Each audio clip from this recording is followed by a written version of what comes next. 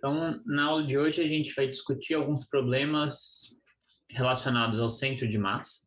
Tá? Então, a gente viu que o centro de massa é um conceito útil quando a gente tem um movimento complexo do corpo devido a forças internas, né? Se é um sistema formado por várias partes, e aí o movimento desse sistema pode ser complicado devido a forças internas, mas se eu analisar o sistema como um todo, ele está sujeito a forças externas simples, como por exemplo a força-peso, e aí a trajetória do centro de massa vai ser muito mais simples do que a trajetória realizada por cada parte do sistema.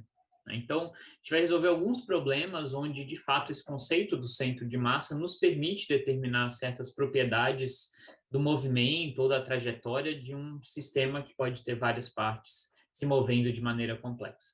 Tá? Primeiro, vamos resolver um problema relativamente simples para a gente relembrar como é que a gente calcula o centro de massa, certo, de um sistema. Então, nesse problema, a gente está considerando o sistema Sol, Terra e Lua, né? Então, a gente tem o Sol no centro do sistema solar, a Terra e a Lua orbitando ao redor da Terra. E a gente vai assumir que essas órbitas são circulares, então a Terra realiza uma órbita circular ao redor do Sol e a Lua uma órbita circular ao redor da Terra. E a gente tem os dados aqui do o raio da órbita da Terra, o raio da órbita da Lua, massa da Terra, massa da Lua, massa do Sol. Né? E o raio do Sol aqui. Né? O Sol, a gente assume que está no centro do sistema e ele está parado, mas, enfim, né? Ele tem um raio, um diâmetro, né? Que é dado por esse valor aqui. Então, o que a gente quer calcular é onde está o centro de massa desse sistema, né? Se a gente considerar esse sistema Sol, Terra e Lua e ignorar os outros planetas, né? A influência dos outros planetas é mínima em comparação com a Lua e o Sol. Né? Então, se a gente ignorar a influência de todos esses outros planetas, a gente tem um sistema fechado que não está sujeito a nenhuma força externa. Né? Então, o centro de massa desse sistema, como não tem nenhuma força externa atuando nele, ele vai estar em repouso. Tá? Ou vai estar se movendo com a velocidade constante. Né? Mas a gente vai assumir um sistema de coordenadas onde ele esteja em repouso. Tá? Então, a ideia é essa daqui, né? Como eu não tenho nenhuma força externa atuando sobre esse sistema, né? Então, meus sistemas são esses três corpos, Sol, Terra e Lua. Tá?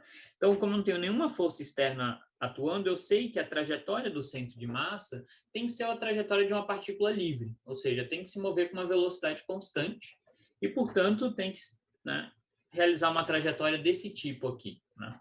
Posição inicial mais V0T.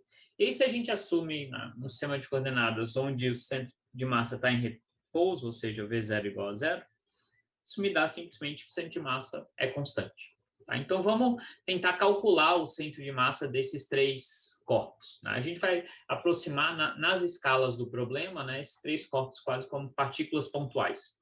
Tá? Então, o que a gente tem aqui é o seguinte, né? A gente tem o Sol no centro do nosso sistema, a gente vai assumir que todos estão no mesmo plano para simplificar o problema, né? Isso não necessariamente é verdade. E aí eu tenho a Terra aqui e a Lua aqui. E eu sei a distância do raio da órbita da Terra, que é essa circunferência azul aqui, e eu sei o raio da órbita da Lua ao redor da Terra, que é essa circunferência cinza. Tá? Então, a gente quer calcular o centro de massa desse sistema. O centro de massa ele vai mudar, né? Enfim, não o centro de massa ele vai estar constante, mas quando eu calcular o centro de massa em função desses ângulos aqui, ele vai depender desses ângulos. Então, eu defini dois ângulos aqui para a gente calcular o centro de massa. Tá? E aí, como é que a gente calcularia o centro de massa? Né? Então, eu tenho esses três corpos, 1, 2, 3, né? Sol, Terra e Lua. E aí, o centro de massa de um sistema de três partículas, a gente pode calcular como a soma vetorial da posição dessas três partículas pesada pela massa delas. Né? Então, vai ser massa do Sol, vetor posição do Sol, mais massa da Terra, vetor posição da Terra, mais massa da Lua, vetor posição da Lua. Tudo isso aqui dividido pela massa total do sistema. Então, a massa total vai ser a massa do Sol mais a massa da Terra, mais a massa da Lua. Então, o que a gente precisa determinar aqui é quais são esses vetores posição, né, do Sol, da Terra e da Lua, dado esse sistema de coordenadas. E aí a gente consegue calcular essa soma vetorial. Né? Então, a maneira mais fácil de fazer isso é definir as componentes desses vetores, né, que a gente está um sistema com 2 eixos só, então a gente vai ter os componentes x e y, e a gente escreve esses vetores em função dos vetores, e aí fica fácil fazer essa soma. Tá? Então, vamos lá. Para o Sol, eu estou assumindo que o Sol está na origem, então o vetor posição dele é simplesmente 0. O vetor posição da Terra é dado por esse vetorzinho aqui, que sai da origem e vai até o centro da Terra. Né? Se eu decompor ele aqui, olhando para esse meu desenho, né, esse aqui é o meu ângulo θ, poderia ter definido o ângulo θ aqui para cima, mas enfim, defini dessa maneira. Né? Então, em função desse ângulo θ, a gente sabe que esse raio aqui vale RT, a componente x, então, vai ser RT cosseno θ. Então, isso aqui é na direção e chapéu. E a componente y vai ser RT seno θ, mas está no eixo negativo. É simplesmente porque eu defini o meu θ aqui para baixo. Então, isso aqui vai ser menos RT seno θ J chapéu. Então, está aqui a posição da Terra em função desse ângulo θ e do raio da Terra. E aí, para eu determinar a posição da Lua, eu tenho que tomar um pouco de cuidado aqui, porque eu sei qual é. É fácil escrever esse vetor posição, mas o que eu quero, na verdade, é no meu sistema de coordenadas. Né? Então, eu preciso determinar qual é esse vetor que sai da origem e vai até a Lua. E a maneira mais simples de eu construir esse vetor é construir ele em 2 partes. É construir como posição da Terra, vetor posição da Terra, mais o vetor que sai da Terra e vai para a Lua. Então, se eu somar esses 2 vetores, eu vou ter o vetor posição que eu quero, que é o vetor posição da Lua nesse sistema de coordenadas. Certo? Então, o vetor posição da Lua, eu vou escrever como vetor posição da Terra, mais esse vetorzinho aqui que sai da Terra e vai até a Lua. Certo? Como se estivesse indo da minha origem até a Terra, e aí da Terra até a Lua. Então, esse vetorzinho, ele também vai ser muito parecido com o que eu escrevi aqui. Né? Ele vai ser... O tamanho desse vetorzinho aqui é justamente o raio da Lua. Então, vai ser raio da Lua cosseno φ e chapéu. É a componente x desse vetor aqui. E a componente y vai ser menos RL seno φ j chapéu. Também porque eu defini o meu φ aqui para baixo, enfim, só como eu defini esse ângulo. Então, se eu escrever isso daqui usando a posição da Terra, eu vou ter que o vetor posição da Lua vai ser na direção x, eu vou ter essas 2 componentes aqui, então eu vou ter RT cosseno θ mais RL cosseno φ e chapéu. E aqui eu vou ter RT seno θ menos RL seno φ J chapéu. Então, esse aqui é o vetor posição da Lua. Certo? Depende desses 2 ângulos, né? Depende de onde a Terra está e da onde a Lua está em relação à Terra. E agora eu já tenho, né, os 3 vetores que eu preciso para calcular o centro de massa. Então, é só somar eles, lembrando que a gente tem que incluir a massa de cada corpo. Né? Então, quanto maior a massa do corpo, mais ele contribui para esse vetor do centro de massa. Certo? Então, o Sol aqui ele não vai contribuir, porque eu assumi que ele está na origem. E aí eu vou ter, então, 1 sobre, aqui eu chamei de massa total, né? Vou chamar só de M para não confundir com a massa da Terra. Certo? Então, vou chamar só de Mzão, a massa total. Então, vou ter 1 sobre a massa total. Vou ter massa da Terra vezes vetor posição da Terra. Então, isso aqui vai me dar MT, RT, cosseno θ e chapéu, mais menos MT, RT, seno θ, J chapéu. Então, essa é esse termo aqui. E aí eu vou ter massa da Lua vezes vetor posição da Lua, que vai ser massa da Lua vezes tudo isso daqui. Certo? Então, vai me dar mais massa da Lua, esse termo todo aqui, vou aproveitar ele, copiar e colar,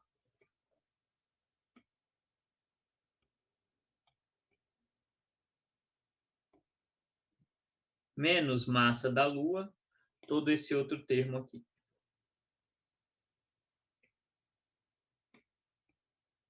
Então, não é uma conta difícil, mas eu tenho todos esses termos aqui, né? Eu ainda posso simplificar um pouco o meu vetor, porque eu tenho componente x com componente x, eu posso somar essas componentes, componente y com componente y, eu posso somar essas componentes.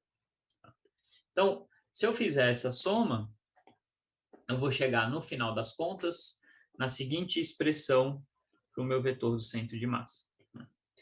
Ele vai ser 1 sobre a massa total.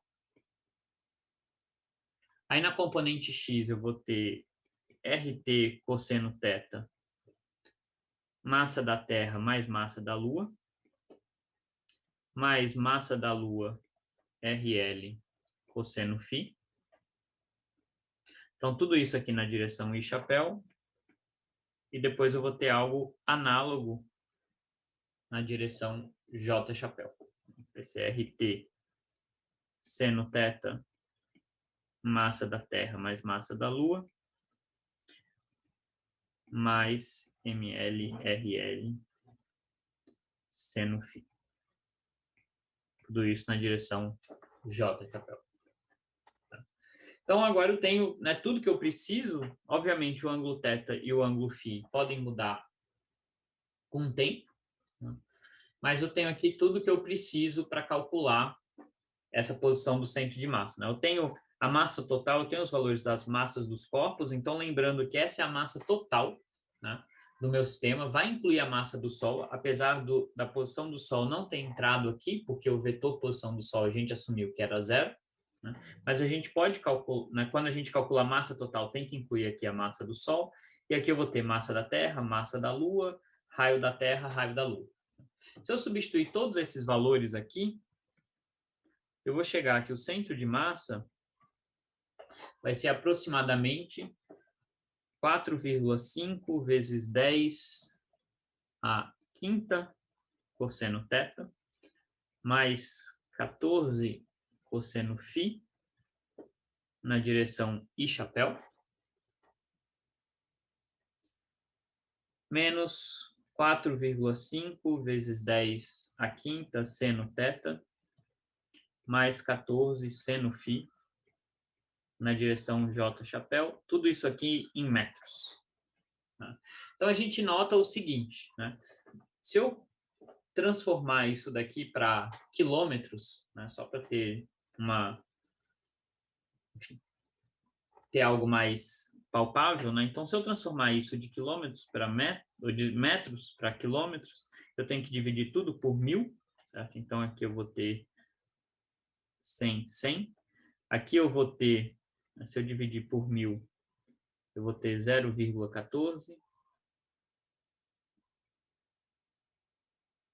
0,014. Então, aqui eu vou escrever isso como 450, só para ficar mais explícito. Aqui, 450.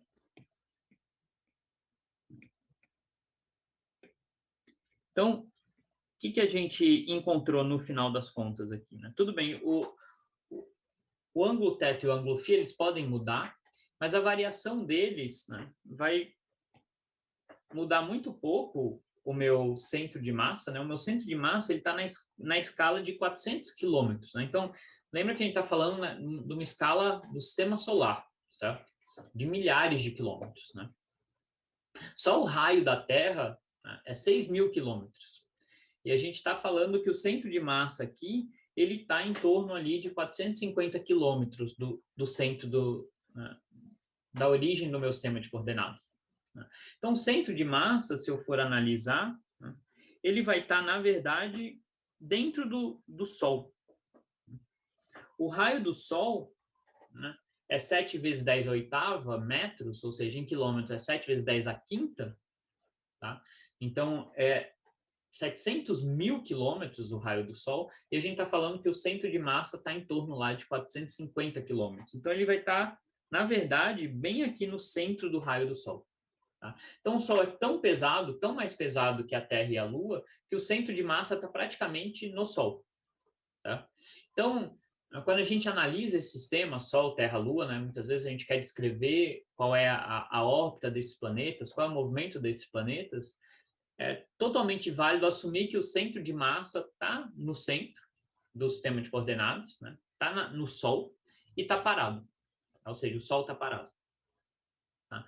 Então, isso foi só um exemplozinho para a gente relembrar como é que a gente faz essas contas, mas tem esse resultado interessante de que nesse sistema Terra, Lua, Sol, o centro de massa do sistema está no Sol. Justamente que a massa do Sol é tão mais pesada que a da Terra e da Lua que o centro de massa está praticamente no centro do Sol. Então, isso foi só um exemplozinho para a gente, né, ver como é que a gente calcula o centro de massa para um sistema de várias partículas. Então, o segundo problema, ele é um problema um pouco mais interessante, porque a gente, de fato, pode usar esse conceito de centro de massa para obter, né, propriedades da trajetória dos meus corpos. Né? Então, é um problema onde eu tenho um jogador de basquete, que tem uma certa massa mzão aqui, ele salta para cima, e aí no ponto mais alto da trajetória, né, então ele salta verticalmente, aqui no ponto mais alto ele lança uma bola horizontalmente para frente com velocidade v. E aí a bola, né, vai fazer então uma trajetória de um projétil, vai cair no chão, e a gente sabe que dá para analisar isso de diferentes maneiras, né? Eu posso pensar que no momento que o jogador arremessa a bola, ele está realizando uma força na bola. Então, pela terceira lei de Newton, a bola vai realizar uma força nele e, portanto, ele vai ser jogado para trás. Então, ele vai ter uma certa velocidade aqui oposta, né? Que a gente também pode obter impondo conservação de momento, né? Porque isso aqui é um sistema que no momento do arremesso, né? O arremesso é tão rápido que o impulso das forças externas é negligível, certo? Então, eu posso analisar isso daqui impondo conservação de momento logo antes e logo depois do arremesso, né? E aí isso vai me dizer que logo depois do arremesso o jogador vai ter uma certa velocidade para trás, que vai fazer com que ele caia, né? Quando ele volte ao chão, ele volte não para o mesmo ponto de onde ele saltou. E o que a gente quer determinar é essa distância aqui. Tá? Então, a gente poderia, um tipo de problema que a gente poderia analisar usando conservação de momento linear, mas a gente também pode analisar usando o conceito de centro de massa. Então, eu vou considerar que o meu sistema é o jogador mais a bola, certo?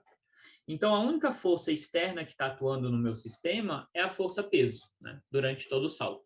Então, o que o centro de massa vai ter que realizar? O centro de massa, inicialmente, está aqui, né? E aí, como eu só tenho a força peso atuando no centro de massa, ele tem uma velocidade inicial para cima, ele tem que subir e voltar e cair no mesmo ponto. Tá?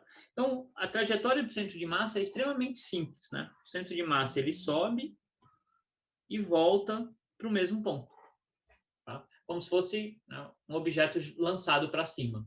Tá? Então, depois que o jogador salta, o centro de massa está no sistema jogador mais bola, ou seja, o centro de massa tem uma velocidade para cima, e aí, daí em diante, não interessa o que acontece internamente no meu sistema, a única força externa é a força peso. Então, o centro de massa tem que fazer exatamente o mesmo movimento se eu jogasse uma pedrinha para cima, né? Ele tem que subir e descer. Tá? O meu sistema pode estar fazendo algo mais complexo, né? Como é o caso aqui, o jogador está indo para um lado, a bola está indo para o outro, mas o centro de massa está fazendo um movimento muito mais simples. Então, é isso que a gente vai explorar para resolver esse problema, né? O que a gente quer descobrir no final das contas é essa distância d aqui. Então, o que a gente vai considerar, né? Eu vou considerar que o meu sistema é formado por esses dois corpos, o jogador e a bola. E, portanto, o centro de massa do meu sistema é dado sobre 1 sobre a massa total, que nesse caso é a massa do jogador mais a massa da bola. Aí massa do jogador, posição do jogador, mais massa da bola, posição da bola. É assim que eu calculo meu centro de massa para esse sistema. E tanto a posição do jogador quanto a posição da bola dependem do tempo. Certo? Então, a posição do centro de massa também vai depender do tempo. Mas, por outro lado, eu sei que a única força externa que está atuando no meu sistema como um todo, né? Então, se eu considerar esse sistema como um todo aqui, a única força externa que está atuando é a força peso. Certo? Então, a força externa aqui vai ser menos a massa total do meu sistema, aceleração da gravidade, e nesse sistema de coordenadas aqui, a aceleração está para baixo, força peso está para baixo, então está na direção menos j chapéu, esse vetor. Então, a aceleração, né, eu sei que a força externa é igual à massa total do meu sistema vezes a aceleração do centro de massa, é isso que a gente demonstrou, né? Então, a aceleração do centro de massa só depende da força externa. Então, isso me diz que a aceleração do centro de massa é simplesmente menos g j chapéu, né? Que é o que eu tinha falado no começo. O centro de massa vai se comportar como uma pedrinha, né? um corpo, né? Sujeito à aceleração gravitacional. E como essa aceleração é constante, então a posição do centro de massa vai obedecer àquela trajetória conhecida da gente. Vai ser a posição inicial do centro de massa, mais a velocidade inicial do centro de massa, mais a aceleração t² sobre 2. E se a gente escolher, né, um instante inicial, não no instante em que o jogador sai do chão, a gente poderia escolher esse como instante inicial, mas vai ser mais útil para a gente escolher o instante inicial no momento que o jogador lança a bola, né? Porque esse é o momento onde eu sei a posição do centro de massa e eu sei a velocidade do centro de massa. Tá? Então, se t igual a 0 no instante do lançamento da bola,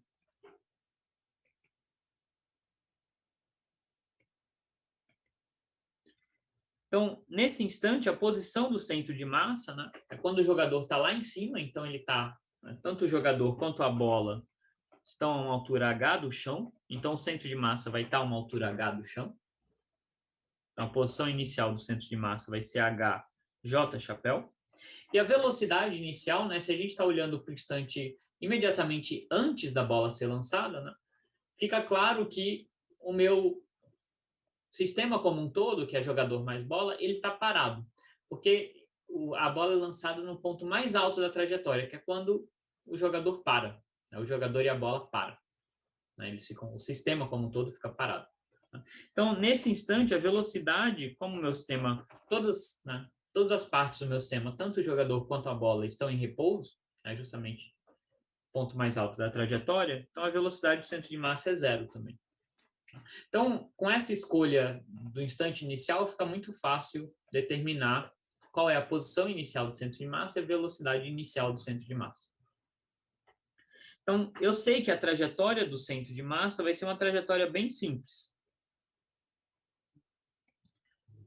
Se eu jogar isso daqui aqui, né, e usando que a aceleração do centro de massa é menos g j chapéu, eu vou ter que isso aqui vai ser simplesmente h menos gt² sobre 2, direção j chapéu. Tá? Então, lembrando que no t igual a 0 é quando o meu jogador está aqui em cima. Tá? E aí, conforme o tempo vai passando, o que vai acontecer, né, que esse termo aqui vai aumentando, e aí a posição do centro de massa vai diminuindo, a altura dele vai diminuindo até ele voltar para o chão. Tá? E o que a gente nota aqui é que o centro de massa ele só tem uma coordenada y, ele não tem coordenada x. Né? Então, se eu olhar aqui para o meu sistema de coordenadas, o centro de massa ele vai sair da altura h e vai seguir no eixo y até chegar na origem, vai voltar para o chão. Tá?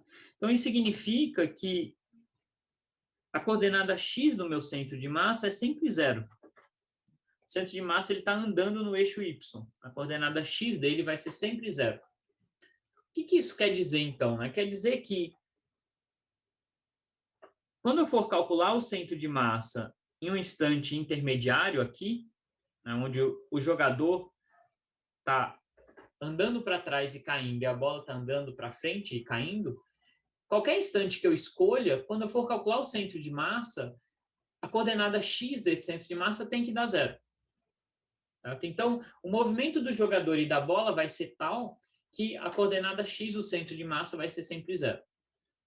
Se o jogador e a bola tivessem a mesma massa, daria para intuir, né, que um vai andar exatamente com a mesma velocidade do outro, então quando eu calcular o centro de massa, essas posições vão se cancelar, isso vai dar na origem. Mas como as massas aqui são diferentes, isso não vai ser tão simples assim. Então, o fato principal é esse daqui, certo? Que o centro de massa ele vai estar sempre no eixo y. Tá? Então, a posição da bola, né, como é que a gente determinaria? Então,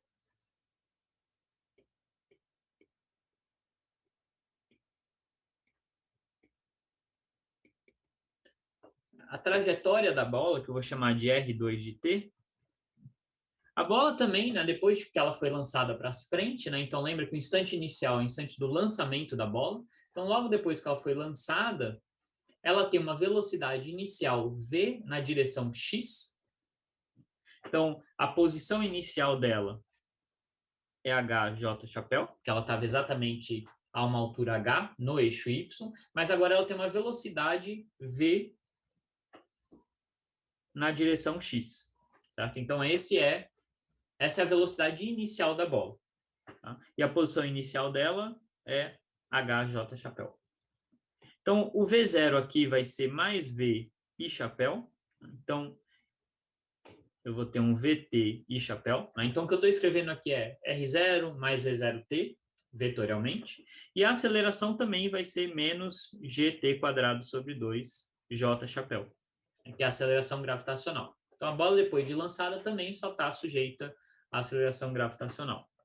Então, se eu combinar isso daqui, eu vou ter VT e chapéu mais H menos GT quadrado sobre 2J chapéu.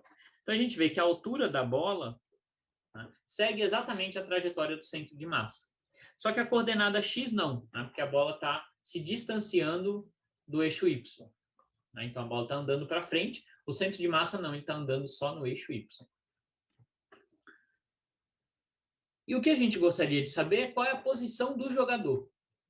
Certo? Então, como é que eu poderia descobrir isso? Tem diferentes maneiras, né? Eu poderia descobrir, bom, posso impor, como eu falei, conservação de momento, no momento do lançamento, imediatamente antes, imediatamente depois do lançamento, mas eu posso usar aqui o conceito de centro de massa. Né? Então, o que a gente gostaria de saber é qual é a trajetória do jogador.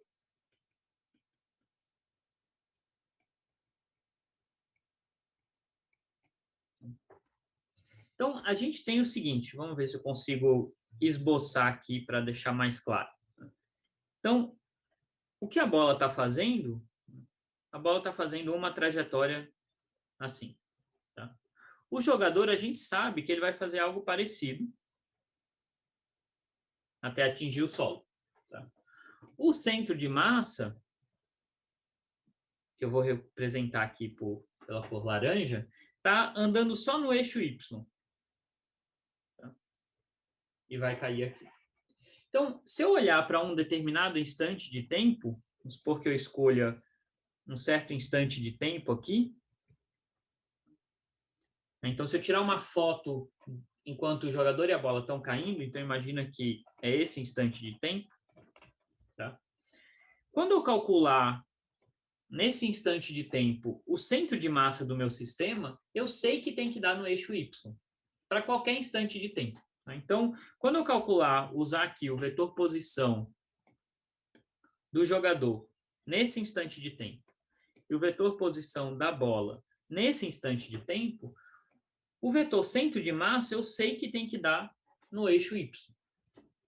Tá? Então, o que a gente tem? A gente tem que, para qualquer instante de tempo, o centro de massa é 1 sobre a massa total, posição do jogador, mais massa vezes posição da bola. A gente já determinou qual que tem que ser essa trajetória do centro de massa aplicando aquela segunda lei de Newton, não é exatamente a segunda lei de Newton, porque é o equivalente da segunda lei de Newton, mas para o centro de massa, ou seja, só entram as forças externas ao sistema, certo? Então, usando essa segunda lei de Newton, a gente conseguiu determinar a trajetória do centro de massa. A gente também conseguiu determinar a trajetória da bola, porque é simples, eu tenho a velocidade inicial dela, eu sei que ela só está sujeita à força gravitacional, então eu conheço isso aqui e isso aqui. Eu posso usar, então, essa equação para determinar qual é a posição do jogador em termos da posição do centro de massa e da bola.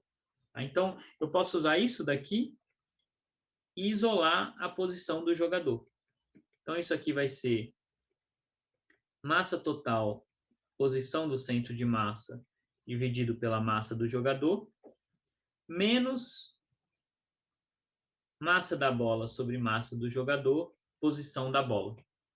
Então, essa aqui é a posição da bola. Então, o que eu fiz foi usar essa equação e isolar o R1. Tá? Então, agora eu já tenho tudo que eu preciso, né? Eu conheço essa trajetória do centro de massa, que é extremamente simples, é como se fosse de um objeto lançado verticalmente para cima. Eu tenho a trajetória da bola, que a gente determinou aqui. Eu consigo calcular a trajetória do jogador. Então, a trajetória do jogador vai ser massa total sobre massa do jogador vezes trajetória do centro de massa, que a gente determinou é essa daqui.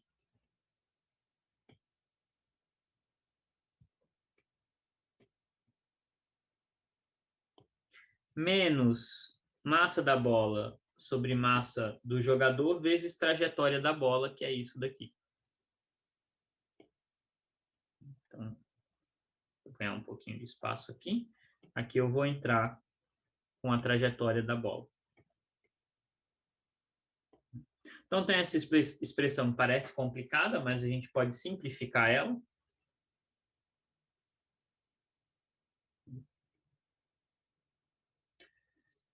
Porque eu tenho aqui na componente y esses dois termos aqui. Tá?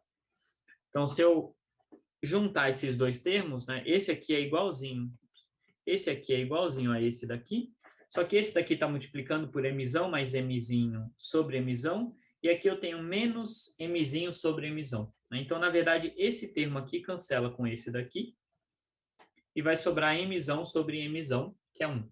Certo? Então, eu vou ter aqui h menos gt quadrado sobre 2, na direção j chapéu. Como deveria ser, né? Porque a gente sabe que logo depois que o jogador lança a bola, ele vai ter uma velocidade para trás. Tá? Então, a coordenada y dele vai ser simplesmente, né, uma queda de um corpo que sai com uma velocidade vertical nula, que é isso daqui. E aí sobra essa componente x aqui, que vai ser menos mzinho sobre mzão, vt e chapéu. Tá?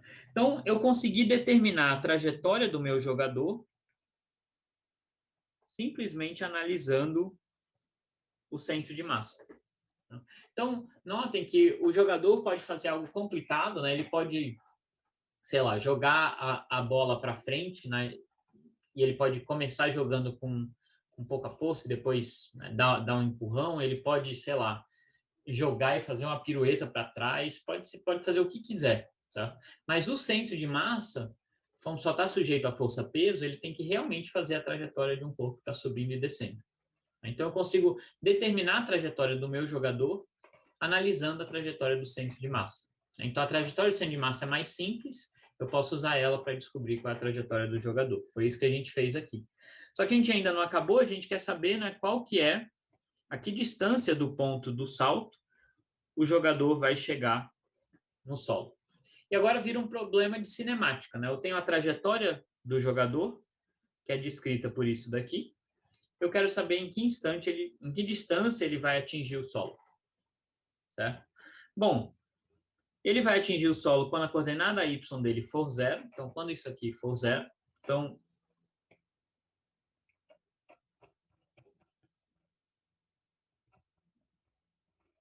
quando isso aqui zerar, eu sei que o jogador vai ter atingido o solo.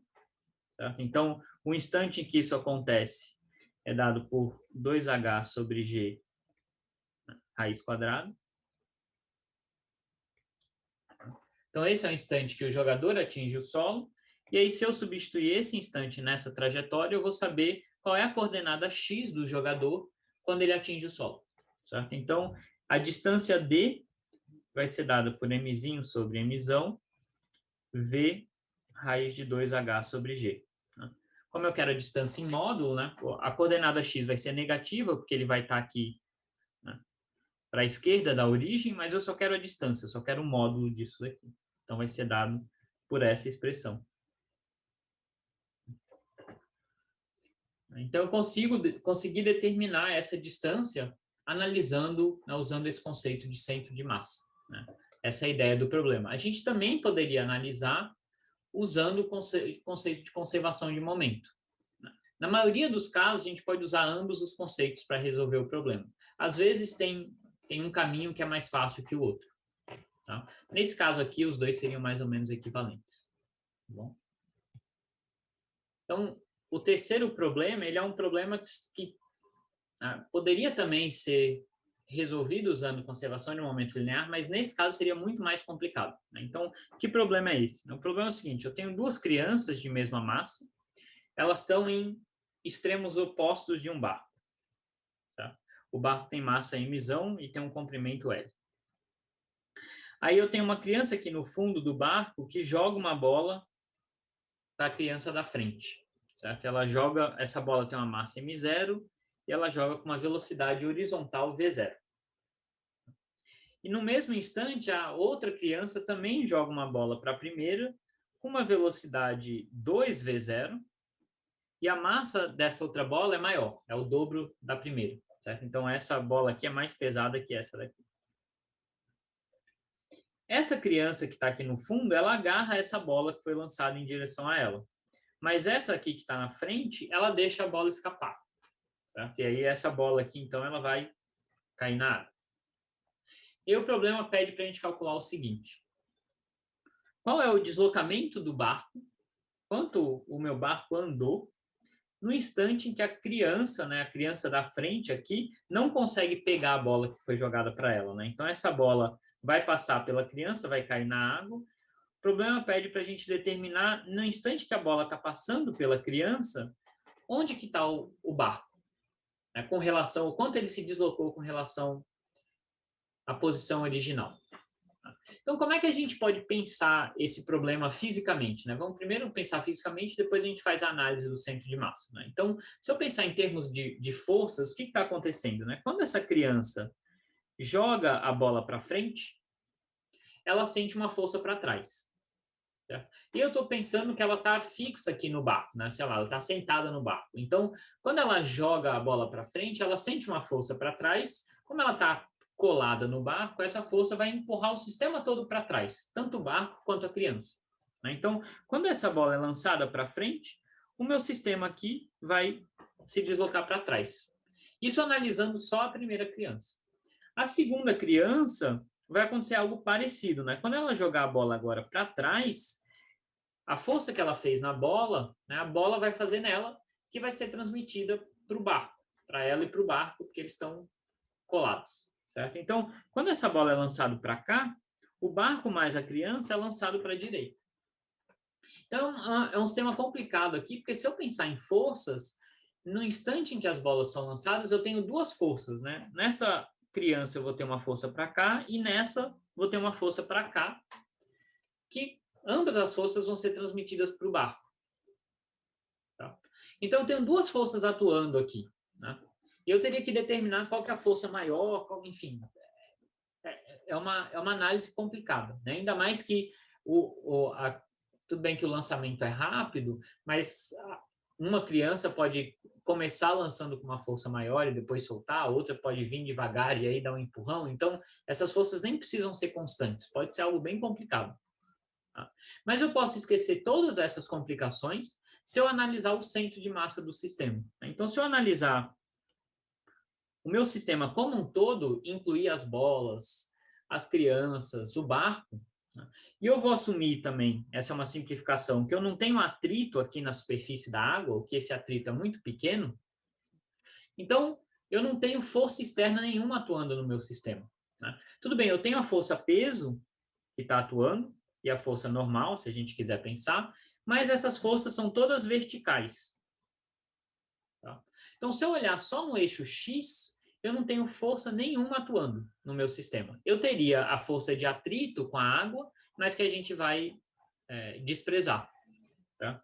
Então, como eu não tenho nenhuma força externa na horizontal, né, considerando o meu sistema como um todo, a posição horizontal do centro de massa vai ser constante, porque eu não vou ter aceleração do centro de massa. Então, o centro de massa tem que ficar parado em termos da coordenada x dele. Então, se eu calculo, a gente vai calcular isso, né? Se eu calculo, vamos supor, o centro de massa do meu sistema inicialmente, ele está aqui, depois que as bolas andarem, uma criança pegar a bola, outra perder a bola, o centro de massa tem que continuar nesse ponto aqui, porque não tem nenhuma força horizontal atuando no meu sistema como um todo, né? Nenhuma força horizontal externa, que é o que determina o movimento do centro de massa. Existem forças internas, né? Que é a força que a criança faz na bola, que a bola faz na criança, isso para as duas crianças, né? Que a criança faz no barco, que o barco faz na criança. Todas essas são forças internas ao meu sistema, né? Que eu não preciso considerar se eu estiver olhando só para o centro de massa. Se eu estiver olhando para o centro de massa do sistema, eu só preciso olhar para quais são as forças externas. E nesse caso, eu não tenho nenhuma força externa na horizontal, então a aceleração horizontal do centro de massa vai ser zero, e, portanto, a posição do centro de massa tem que ser constante, porque inicialmente ele estava parado. Então, vamos tentar analisar o centro de massa do sistema. Eu sei que isso vai ser constante, não interessa onde vai estar, onde as bolas vão estar, o centro de massa, pelo menos a coordenada x, vai ter que ter sempre o mesmo valor. Tá? Então, antes das bolas serem lançadas, a gente tem essa situação aqui. Né? Vamos tentar analisar o centro de massa. E aqui a gente vai ter que fazer uma, enfim, não é uma hipótese, mas é uma consideração que é a seguinte. Eu vou assumir que as crianças são partículas pontuais, né? Então, em termos da coordenada x do centro de massa delas, eu sei que vai estar na posição delas aqui. Tá? Mas e o barco? O barco é um objeto extenso aqui na coordenada x. Mas eu vou assumir que ele é simétrico, ou seja, não tem um lado do barco que é mais pesado que o outro. Então, por simetria, né, se ele for totalmente simétrico, o centro de massa do barco vai estar bem no centro dele. E para essa minha escolha de sistema de coordenadas, inicialmente é a origem. Certo? Então, eu vou assumir que o centro de massa do barco está no meio do barco. Certo? Então, nesse caso aqui, vai estar bem no zero. E aí, na coordenada, né, se eu olhar para o meu eixo x aqui, a coordenada da criança de trás é menos L sobre 2, que é metade do tamanho do barco. E aí, nessa coordenada da criança, eu tenho a massa da criança mais a massa da bola. Né? Então, isso é antes delas jogarem a bola. Na posição da segunda criança, eu tenho a massa da criança mais a massa da outra bola, que é maior. É 2 vezes a massa da primeira. Tá? Então, simplificando o meu sistema, ele tem esses 5 componentes, que são as duas crianças, as duas bolas e o barco. Tá? E agora eu tenho essas 5 componentes para calcular a coordenada do centro de massa dele. Tá? Então, aqui a gente vai focar só na coordenada x, porque é o que vai ser interessante para a gente, é o que a gente sabe que é constante. Tá? Então, vamos calcular essa coordenada x para a situação inicial, certo? Antes das bolas serem lançadas. Depois das bolas serem lançadas, essa coordenada do centro de massa vai ter que ser sempre igual. Tá? Então, quando as bolas estiverem se movendo, o barco e as crianças vão ter que se mover para compensar, né, esse deslocamento das bolas e o centro de massa não se mover, o centro de massa ficar parado. Tá? Então, quando as bolas se deslocam, o barco e as crianças vão se deslocar também de tal forma que o centro de massa não se desloque, fique sempre no mesmo lugar. Tá? Então, vamos calcular que lugar é esse. Então, inicialmente, como é que eu posso calcular a coordenada x desse centro de massa? Bom, é 1 sobre a massa total do sistema, e agora aqui eu vou somando a contribuição de cada componente do meu sistema. Né? Então, eu tenho, primeiro, a criança do fundo do barco, então vai ser m vezes a coordenada x dela, que nesse caso é menos L sobre 2. Aí eu vou ter a bola de trás, que vai ser m0 também em menos L sobre 2. Eu vou ter o barco, mas o centro de massa dele está na origem, então ele não vai contribuir nesse caso, vai ser 0.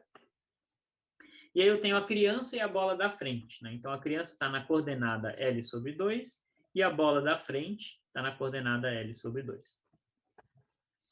Então, esses são as componentes do meu centro de massa. Agora eu posso simplificar isso daqui. Então eu tenho aqui mais ml sobre 2, menos ml sobre 2, então isso se cancela, né? Ou seja, a contribuição dessas crianças se cancelam, como deveria ser, por simetria, como elas têm a mesma massa, elas se cancelam, então elas não, né? A contribuição delas cai na origem aqui. Mas a contribuição das bolas não, porque essa daqui é mais pesada que essa, certo? Então, se eu analisar, né, a contribuição das bolas, eu sei que meu centro de massa vai estar deslocado um pouco para a direita, porque eu tenho mais massa desse lado do que desse lado. Esse vai ser o motivo. Então, aqui eu vou ter 1 sobre a massa total. Eu vou ter 2m0L sobre 2 menos m0L sobre 2, que são a contribuição das bolas. Então, isso daqui vai dar m0 sobre massa total, L sobre 2.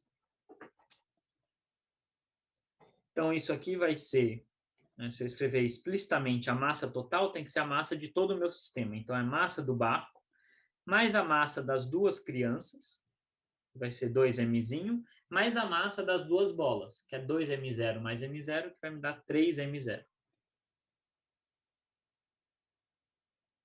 L sobre 2. Né?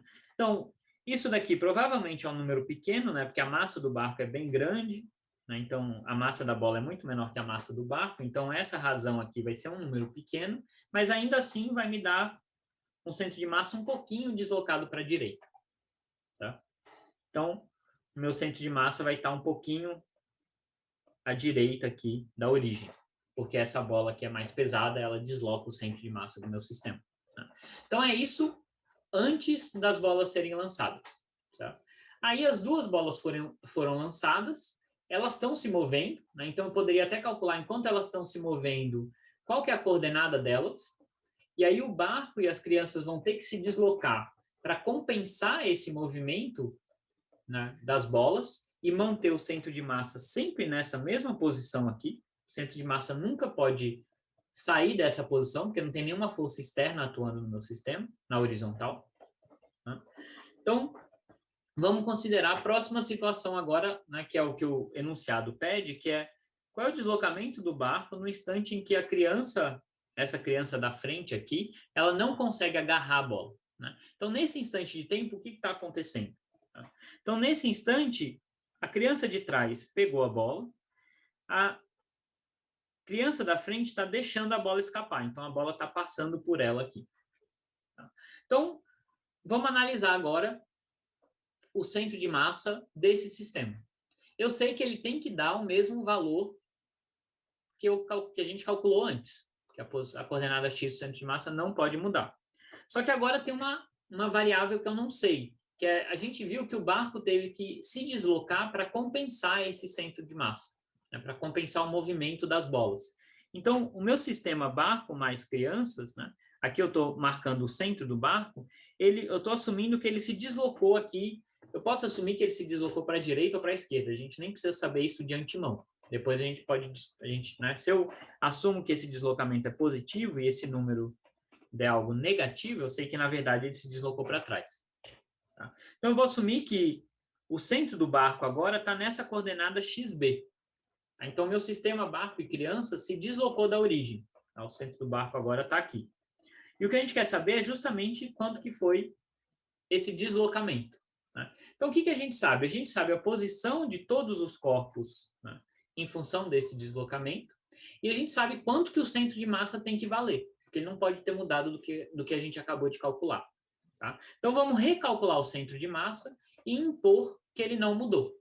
Tá? Então, nessa nova situação, a coordenada do centro de massa é dada pelo seguinte. Né? Então, aqui a gente tem que tomar um certo cuidado. Né? Eu assumi que o centro do barco agora está na coordenada xbzinho, Então, essa criança, ela está na coordenada xbzinho mais L sobre 2.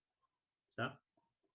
A criança de trás está na coordenada xbzinho menos L sobre 2. E as bolas também. Tá? Então, vamos lá. Então, eu vou ter 1 sobre a massa total. Aí, vamos analisar a criança da esquerda. A coordenada x dela, no meu sistema de coordenadas, vai ser xbzinho, né? Então, vai ser a massa dela em mzinho, xbzinho menos L sobre 2. Que é essa distância aqui, né? Então, eu tenho que pegar o ponto do barco e andar de L sobre 2 para trás. Isso vai me dar a coordenada x dessa criança. Para a bola que ela agarrou, também vai estar no mesmo ponto do espaço. Então, eu já posso escrever isso daqui como massa da criança mais massa da bola que ela agarrou. As duas vão estar no mesmo ponto do espaço. Agora eu tenho o centro do meu barco, né, o centro de massa do barco, né, está no centro dele, ele não está mais na origem, ele foi deslocado de XB. Então agora ele vai contribuir para o centro de massa. Tá? Então eu vou ter massa do barco XB. E agora eu tenho a posição da criança e da bola que está escapando. Certo? As duas também vão estar na mesma posição, que vai ser XB mais L sobre 2. Então aqui eu vou ter massa da criança mais massa da bola que está escapando, e a posição delas, que é xb mais L sobre 2. Lembrando que o que eu quero determinar aqui é justamente esse valor de xb. Então, a gente conseguiu, a gente vai simplificar essa expressão ainda, mas já dá para ver que ela, né, essa coordenada do centro de massa, a gente sabe todos os parâmetros aqui, a gente só não sabe essa variável xb. Mas eu sei que esse valor tem que dar exatamente o mesmo que a gente calculou antes. Isso vai me permitir calcular quanto que vale o xb. Tá? Então, vamos tentar simplificar essa expressão aqui. Eu tenho 1 sobre a massa total do sistema. E aí eu vou colocar em evidência tudo que multiplica o xb. Então, eu vou ter mzinho mais 2m0 mais mzão. E aqui eu vou ter mais mzinho mais m0. Né? Então, eu tenho esses dois termos aqui que multiplicam xb, tenho um mzão e tenho esses dois termos aqui que também multiplicam xb. E agora eu vou colocar em evidência tudo que multiplica o L sobre 2, né? Só para simplificar as minhas expressões. Então, aqui eu vou ter, como eu tenho um sinal de menos, eu vou ter menos mzinho menos 2m0. E aqui eu vou ter mzinho mais m0. Mais mzinho mais m0. E agora eu posso finalmente simplificar bastante a minha expressão. Eu vou ter, aqui dentro eu vou ter 2mzinho mais 3m0, 2mzinho mais 3m0 mais mzão, tudo isso multiplicando xb. Aqui eu vou ter, os mzinhos vão se cancelar, eu vou ter menos L sobre 2 m0.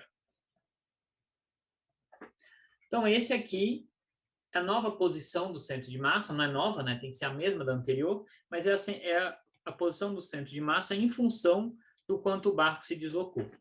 Né? Mas isso tem que coincidir com esse valor aqui que a gente já tinha calculado, porque o centro de massa não pode mudar. Certo? Então, isso tem que ser igual a isso daqui. E aí, só para ficar mais fácil a comparação, aqui embaixo eu vou escrever massa total. Então, esse resultado, né, tem que ser igual a esse. Ou seja, as partes do meu sistema se embaralharam, né, de certa forma, mas o meu barco tem que ter se deslocado para compensar essas mudanças de massa. Tá? Porque foram todas forças internas que atuaram no meu sistema. Então, se eu igualar essas coisas, né, eu vejo aqui, se eu igualar essas duas equações, bom, as duas têm essa massa total aqui, que eu posso cancelar. Então, do lado esquerdo, eu vou ter isso daqui. E isso aqui tem que ser igual a m0 L sobre 2, que é esse fator aqui. Então, daqui, né, eu posso passar esse termo para o lado de lá. Então, eu vou ter tudo isso daqui igual a M0L. E, portanto, o XB vai ter que ser igual a M0, 2M, mais 3M0, mais Mzão, Lzinho.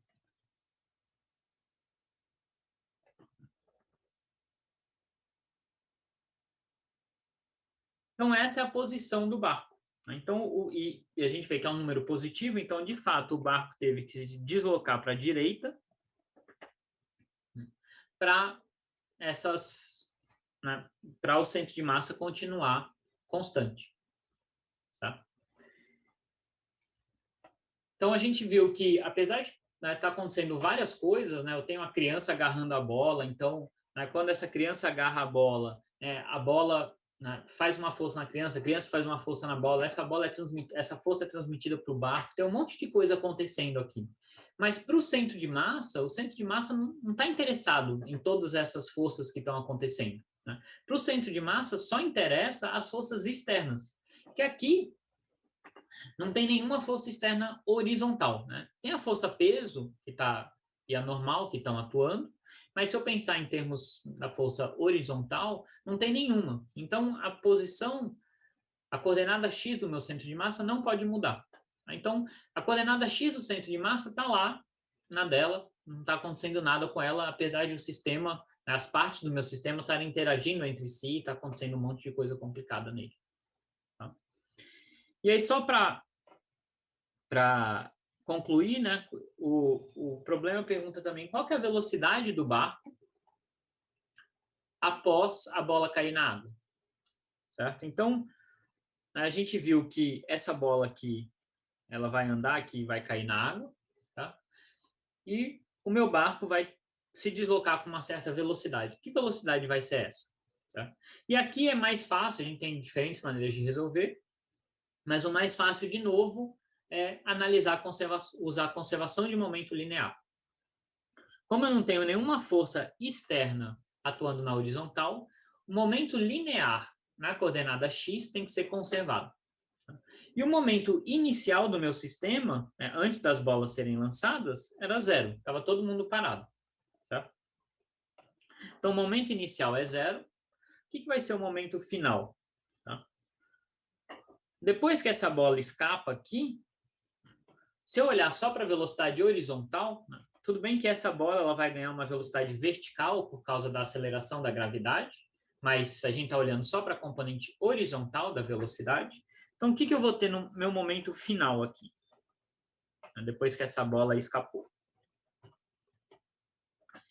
Eu vou ter a massa dessa bola vezes a velocidade dela, m0 v0, mais o restante do meu sistema, que são as duas crianças, uma bola e o barco.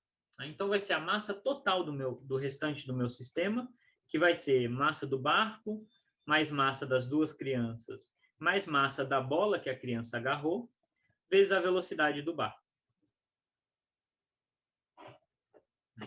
E aí, só por consistência, a gente vai ver que o barco vai ter que estar andando para trás, mas vamos assumir que a gente não percebeu isso e falou, o barco está andando aqui para frente com uma velocidade VB. Então, como eu estou olhando para componente x das velocidades, tanto essa quanto essa eu estou assumindo que estão para a direita, então elas ambas contribuem com sinal de mais. Né? Se o barco estiver andando para a esquerda, significa que esse VB tem que ser um número negativo, né? Que é o que a gente vai encontrar no final das contas. Tá? Porque a gente sabe que para um momento, como o momento inicial era zero, se essa daqui tem um momento para cá, essa daqui vai ter que ter um momento para cá. Mas vamos supor que a gente não percebeu isso e assumiu que o barco também está andando para frente. Tá? Então, o que a gente tem que ter é que o momento final tem que ser igual ao inicial, pelo menos na direção x, e isso tem que ser zero, né? Que inicialmente estava todo mundo parado. Então, se a gente impuser isso daqui, a gente vai ter m0 v0, deixa eu copiar isso daqui, tudo isso daqui vai ter que ser igual a zero.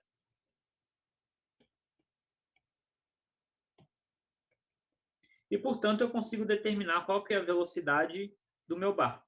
Né? Isso aqui vai ser menos m0 v0 sobre mzão mais 2mzinho mais 2m0.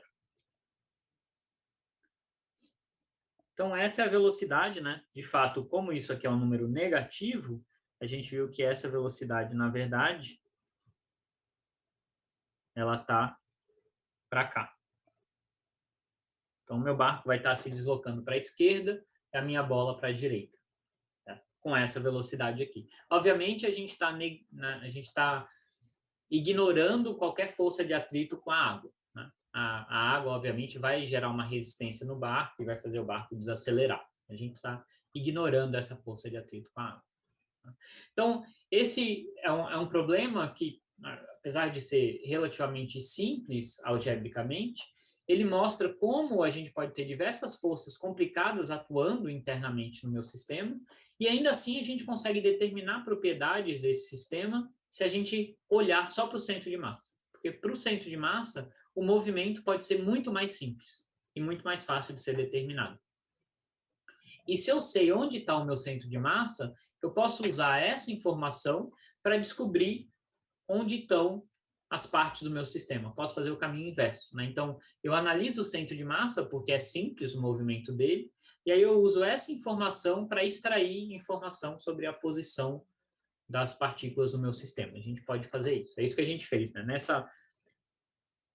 Nesse primeiro item aqui, a gente analisou, a gente sabia onde o centro de massa tinha que estar, que ele não poderia ter se mexido, e a gente usou isso para determinar onde que o barco deveria estar.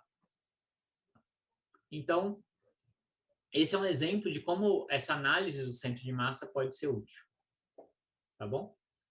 Então, isso encerra esse tópico de centro de massa e conservação de momento linear. Tá bom? Tchau, tchau.